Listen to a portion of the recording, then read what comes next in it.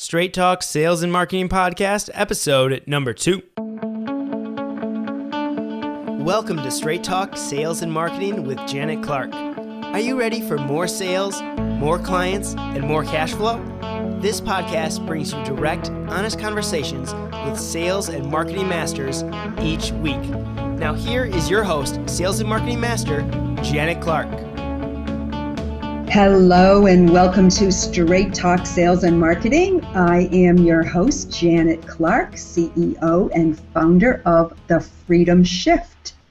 You are in the right place if you are an entrepreneur who wants more clients. Today's topic is how to sell to your email list.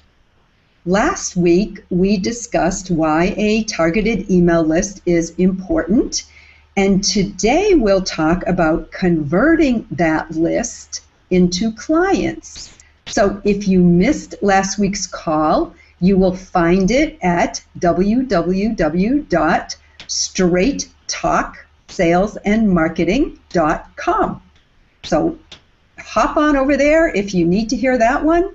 And if you are ready to move on today with talking about converting that into clients and sales, then let's get started.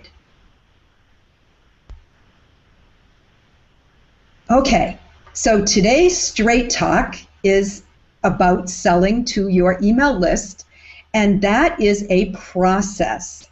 And I want to be really clear that I'm not talking about internet marketing per se today. I'm talking about selling your services to your highly targeted niche market that you built an email list for. And if you have an older list, I'll be sharing some ways to reconnect with that list. So if your list is brand new, I'll explain the best way to build a relationship with that list. So the thing that you really want to think about is building what I call the know, like, and trust factor. It's really a fact that people buy on emotion, and they buy from people that they know, and people who they like, and someone they trust. So we talked last week about hosting a video summit and how that's a really great idea because people get to know you and when they're watching you on video over and over again for 21 days. And hopefully they get to like you. And when they see you in that way, they start to feel connected. And that's just the beginning stages of building a relationship, because what we're really looking for is that kind of a connection with people. So how do you get to the point where they trust you? Well, you can't build trust in a day, as you know, but you can do it in a few short months. So let's talk about that a little bit. What is going to make people trust you? First of all, if you're open and people feel that you're very authentic, they will begin to trust you. And the way that you do that is by telling your story. And you also want to establish commonality with people. So you know that they have a problem because you had that problem. And so you can start talking about sort of that common dilemma that you share and feeling that connection start to take root in them. Then there's the listening, which we know is a huge part of communication and trust. When people feel heard and understood, and you're the one who has listened to them, then they begin to trust you, and they'll open up even further and further. And another big thing is consistency. So it's really important that you start doing some sort of a consistent communication with people. And I like to make sure that you keep that connection going and that they begin to know you more and more through that connection. And then the last thing is to give them something of value. So before you can ask them for something, you have to give something of yourself to them. So a lot of this and everything that I just talked about can really be done through email. And we accomplish or achieve this openness by sending weekly blogs. And video blogs are a great thing because it just gets that connection even stronger. Then we establish commonality by sharing a mutual problem, as I mentioned earlier. The listening is a great thing to do, and a way to do that is to send a survey. Another way to do that is to offer free calls to people. Free, you can call them strategy calls or consultations or breakthrough calls. But when you do this initially, it's really a great idea not to be selling them anything, but to be connecting with them and hearing what they need. And then this consistency that I talked about is really important, and you can achieve that by sending out on the same day, every single week, a newsletter or a blog, something that they learn to expect on, say, Monday morning or Thursday afternoon. And you want to give value by offering some sort of free webinars, free trainings, free ebooks, tips to help them. So it's really important in the beginning to make sure that you are giving a lot of value. And you really can't overgive in the beginning stages of building a relationship. Then, once you have established this bond of trust with your list, then you can start making what I like to call soft offers. You let them know that you actually do have a solution to the problem that they've articulated to you. And you assure them that you've heard them and that you know how to solve their problem. And you're very clear with them that the solution that you can offer works. And you can do that through some sort of proof or testimonials. And you want to be very encouraging of people and letting them feel the hope that they are going to be able to resolve whatever is in their way. And so you focus a lot on benefits. So not so much on the mechanics of how you're going to help them, but the benefits that you're going to offer them when you provide a solution for them. And as always, you can offer them a free session. And the best way to close a sale for your program is on the phone or through Skype or some way that you're literally connecting with them other than in a written form. So this personal connection is really helpful and it's really important in closing a sale. So if you go the extra mile to make them feel important and to give of your time and focus completely on them, that makes them feel important and valued, and it makes you not salesy.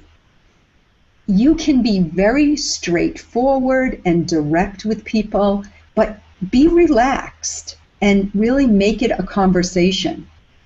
At the same time, you're giving them the benefits of what your program can do for them. So I like to say, make it straight talk. Give a completely transparent message to them about the benefits of working with you, and let them see how that's going to lead into a better life for them in some way. So the thing is not to confuse the client. So you don't want to be wishy-washy, like, oh, well, I have this program and I have that program, or I could do this. What's important when you're on a sales call with someone is to listen to them long enough and ask enough questions that you are very confident about the program that you're going to lay out for them.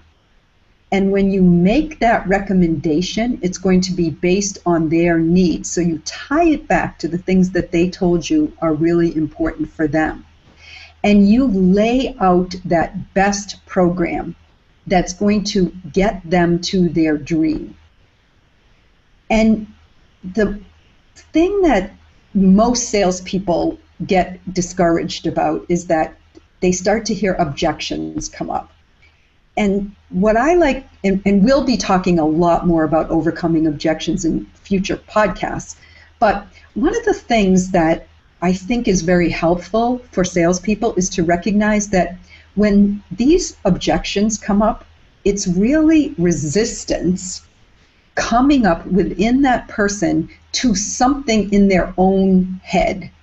It's not resistance to you. It's not an objection against your program. It really has nothing to do with you. So if you don't take it personally, you will be able to help them through it. If you take it personally, then you'll start to become defensive and their walls will go up. So this is the time when it's really important to relax even more and to really be able to walk through it with them and help them to understand what those little voices in their head are actually saying and how to get over that. So it really requires leadership. And I say lead them, don't badger them. So when they start coming up with some sort of resistance, it's important to bring them back to the dream that they have, the outcome that they want, and the problem that's in the way. And then to re-emphasize again how this solution that you laid out for them is going to help them overcome that problem. Now, we will get deeper into this, as I said, when we talk more about objections and resistance and things that come up with people in the sales process in later podcasts. But it's important just to remember to keep them connected to their dream and paint a word picture of what that new reality is going to look like for them after they get involved with you and your program. So another thing that can really help people is to give them an out. So if you say to somebody, you know, I understand that you're hesitating, and it may be because this program isn't a fit for you. Not everyone is a fit for this program. And then you can turn that around and say, do you think it would work for you? Now, what this does is it totally shifts from you telling them why it would work for them to them telling themselves why it will work for them. So, because most people, they either believe that the program itself won't work at all, and if that's the case, then that's a totally different discussion, or they believe the program will work, but they just don't believe it'll work for them. And that's where we have to start getting to the meat, you know, what's underneath their hesitation. Why won't it work for them? And when you find out what's at the bottom of that, then you know what the real objection is, and you can really address have the right conversation. So in most cases, what will happen when you start asking people if they think they're a good fit for the program, they'll start listing the reasons why they are a good fit for it and why they're not, which allows you to get into a real conversation with them. I hope that makes sense. You know, I wish I could teach you the psychology of selling in one podcast, but the fact of the matter is I can't. You know, I've taken years and years and years of sales training, and I still need positive reinforcement myself, and I still work with a coach in my selling skills. So it's just important to take these little tidbits of information into bite-sized chunks and start incorporating them and working to shift your mindset a little bit or to improve each time you do have a conversation with somebody. And it's also important that you stay tuned here to Straight Talk Sales and Marketing, because every week we are going to talk about a different aspect of the sales and marketing process, and you are going to get an opportunity to hear a lot of amazing people who are going to come on with different ways of approaching the sales process. And it's great sometimes because one person may say something one way and another person may say almost the same thing but in a different way, and all of a sudden it will resonate with you, or you'll get that switch clicking, aha. And that's what I'm hoping. So it's just important that for today you recognize that in order to convert a list, you have to get to know them. You have to get them to like you. You have to work on getting them to trust you. And you do that by connecting with them, getting them on phone calls, and actually having one-on-one conversations with them. And next week, I'm going to share more about marketing strategy. And again, bringing out over the next few weeks, I'll be bringing on a lot of different people for you to meet who have great insights to share with you about sales and marketing, and primarily people who have built email lists and converted them into lucrative livelihoods or great clients in sales. So you'll hear a lot about how to exude confidence and turn 90% of your sales conversations into closed sales. So I am just so happy that you showed up again this week to be with us on Straight Talk Sales and Marketing with Janet Clark. And you can head on over to our show page at www.straighttalksalesandmarketing.com. Pick up your free copy of the ebook that I have for you there, Sell from the Heart. And until next week, I wish you a lot of light and love, and I will see you then. And thank you for tuning in to this episode of the podcast. Now you know how to actually go out and use that email list that you've built. Start leveraging it to really grow your sales and grow your business. In last episode, we talked about the power of an email list, and now here we taught you how to actually go about and leverage that email list.